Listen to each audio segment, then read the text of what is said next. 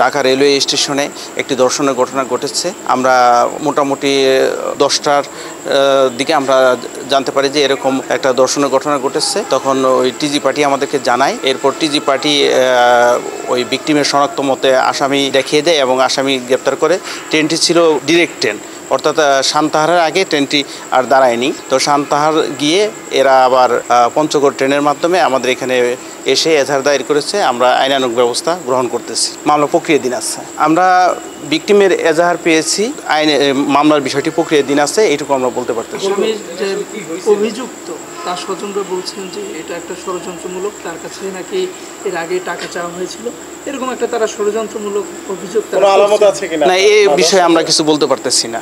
তার কারণ দর্শনের বিষয়টা এটা মেডিকেল প্রমাণ করবে, এটা আমরা বলতে পারবো না। আপনি তো ধর্ষণের ঘটনা বললেন, তো কোনো আলামত কি আপনারা পেয়েছেন কিনা? না, আলামত আমরা তাদের কাপড় চোপড় জব্দ করেছি।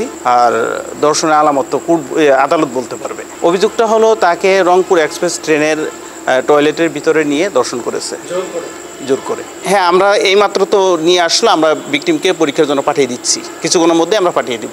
যিনি আসামি সে ওই রংপুর এক্সপ্রেস ট্রেনের পিএ সিস্টেমের অপারেটর সাইফুল ইসলাম।